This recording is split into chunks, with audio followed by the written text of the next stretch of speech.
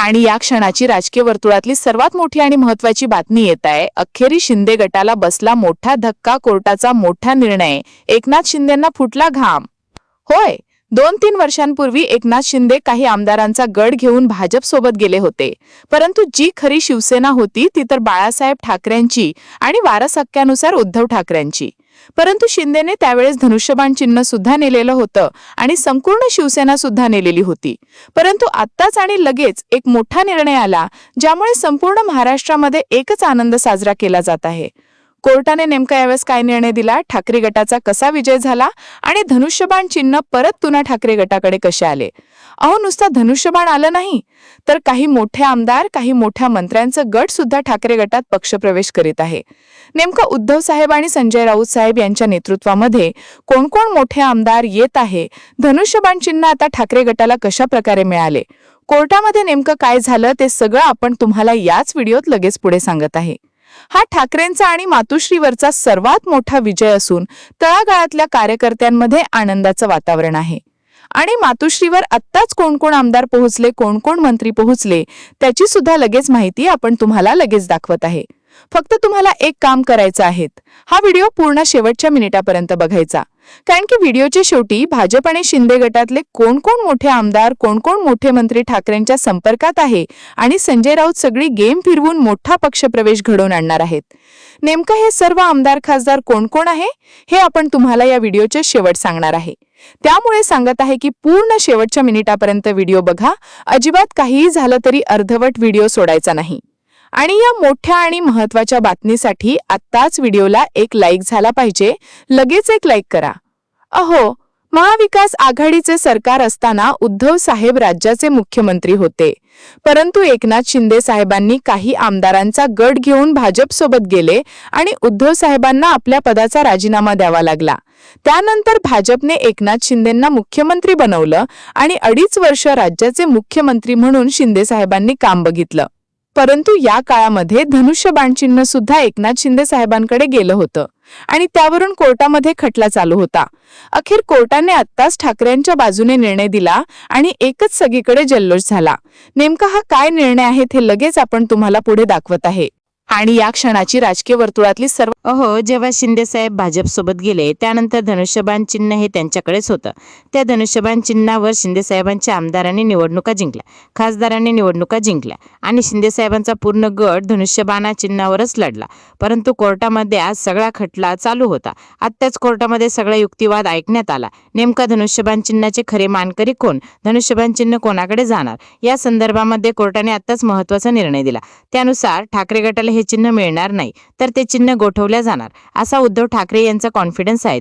अहो, शिंदे गटाचा आणि ठाकरे गटाचा प्रत्येक कार्यकर्ता हेच म्हणत आहेत की दोन्ही शिवसेनेने एकत्र येऊन काम करावं। आज गावाखेड्यातना तळागाळातल्या कार्यकर्त्याला हेच वाटतंय की दोन्ही गटांनी एकत्र येत परत पुन्हा एकजुटीने लढावं, जनतेच्या समस्या समजून घ्याव्यात, जनतेसाठी काम करावं। परंतु तसं होताना दिसत नाही। नुकताच मुंबई महानगरपालिकेची निवडणूक झाली, जिथे ठाकरे गटाला 57 ते 58 जागा मिळाल्या, तसंच शिंदे गटाला 29 ते 30 जागा मिळाल्या होत्या। त्यावेळी असं वाटत होतं की शिंदे साहेब ठाकरे गटाला साथ देणार आणि परत पुन्हा दोन्ही शिवसेना एकत्र येत मुंबई महानगरपालिकेवर शिवसेनेचा महापौर बसणार।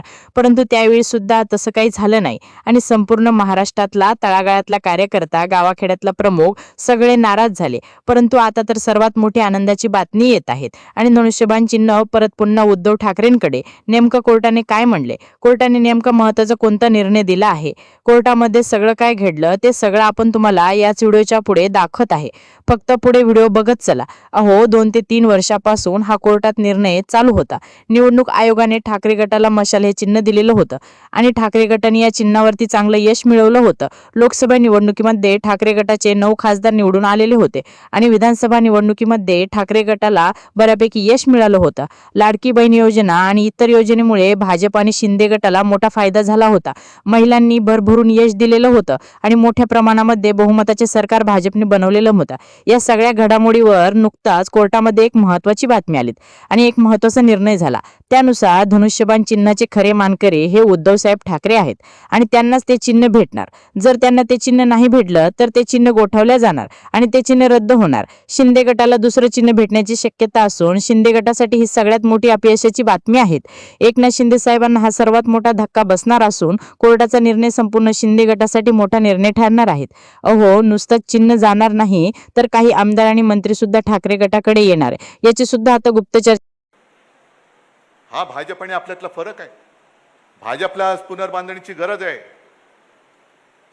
आणि देवेंद्र फडणवीसांना म्हणजे अनेकांना दिल्लीत असं वाटतंय की हा माणूस उद्या माझ्याबरोबर पंतप्रधान पदाच्या शर्यतीत येऊ शकतो म्हणून आत्ताच याचे पंख कापा. पंख कापा हा मराठीतला शब्द आहे. हा मराठीतला शब्द आहे. मग दुसरं काय कापायचं? पंख नाही तर नाही. म्हणजे मला देवेंद्रला विचारायचं तुम्ही पक्षी नाही, मला पंखच नाही. बरं पंख नाही कापत मग दुसरं काय कापू ते सांग. मी वापरतो तसा शब्द. पण हा पंख कापा हा शब्द म्हटल्यानंतर म्हणजे तुम्ही भरारी घेऊ नये अशी ज्यांची एक इच्छा किंवा तयारी आहे, हीच गोष्ट नितीन गडकरींच्या बाबतीत केली होती की नाही तुम्ही आठवा. कारण नितीन गडकरी आणि देवेंद्र फडणवीस यांना संघाचा पाठिंबा आहे. नितीन गडकरी पक्षाध्यक्ष झाले होते, भाजपाध्यक्ष झाले होते. देवेंद्र फडणवीस मुख्यमंत्री झाले, संघाचा पाठिंबा आहे.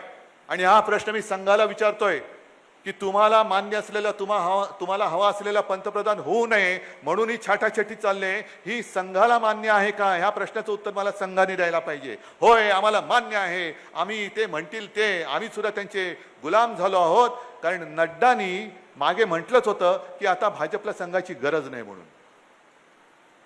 ही सगळी मारामारी लक्षात घ्या आणि तुम्ही कुठेतरी आपण अडकून राहावं. नुसते पेपर फुटत नाहीयेत, विद्यार्थ्यांची नशीब फुटत आहेत. नुसतं काही नीटचा पेपर फुटला जय श्रीराम, टीईटीचा पेपर फुटला जय श्रीराम, दुष्काळ पडला जय श्रीराम, मालाला शेतकऱ्याच्या शेतमालाला हमी भाव नाही जय श्रीराम. नाही, हे आमचं हिंदुत्व नाहीये. आमचं हिंदुत्व हे हृदयात राम, हाताला काम आणि शेतमालाला दाम हे देणारं आमचं हिंदुत्व आहे. घर पेटवणार आमचं हिंदुत्व नाहीये, तर घरातलं चूल पेटवणार आमचं हिंदुत्व आहे. आणि ते होऊ नये, मराठी माणसामध्ये मारामाऱ्या व्हाव्या म्हणून या सुपारी सेना काढलेल्या आहेत. त्यांनी शहा सेना काढलेली आहे. आपलेच लोक आपल्यातनं फोडतायत आणि आपल्या अंगावर टाकतायत. म्हणजे मारामारी कोणाची होणार? आपली. गद्दारांसोबत. गद्दार कोण आहेत? आपल्यातनंच गेलेले, आपल्याच. आता रक्ताचे नाही बोलत कारण त्यांच्या रक्तामध्ये गद्दारीचं रक्त मिक्स झालंय. पण भांडत आपण बसणार आणि राज्य कोण करणार? ती लोक. हे तुम्हाला पटतंय का? मला परत खासदार पाहिजे का? मला परत आमदार पाहिजे? कारण ह्यांचे जे मनसुबे आहेत हे मनसुबे उधळून टाकण्यासाठी म्हणून मला इथला खासदार परत पाहिजे. अगदी देशाचा पंतप्रधान कोणी झाला तरी महाराष्ट्राचा प्रश्न त्याच्यासमोर छाती ठोकपणाने मांडणारा मला मुख्यमंत्री हा म्हणून इथला मुख्यमंत्री मला शिवसेनेचा पाहिजे. जे गद्दार गेलेले